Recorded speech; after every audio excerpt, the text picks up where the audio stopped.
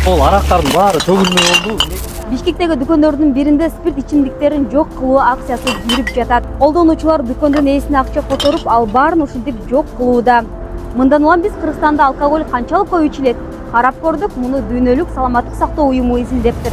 2022 жылдын жыйынтыгы менен ар бир кыргызстандыкка жылына 4 литрден таза спирт туура келген экен. Бул көппү же азбы? Мисалы, эң көп Румынияда 17 литр, Сомалиде таптакыр эле ичилбейт экен. А Кыргызстан болжол менен тизменин ортосунда. Кызыгы, бизде ичимдиктерди колдонуу азайып жатыптыр. 2000 жылы ар бир жаранга 6 литрге жакын туура келсе, 2022 жылы дээрлик 4 литр болгон.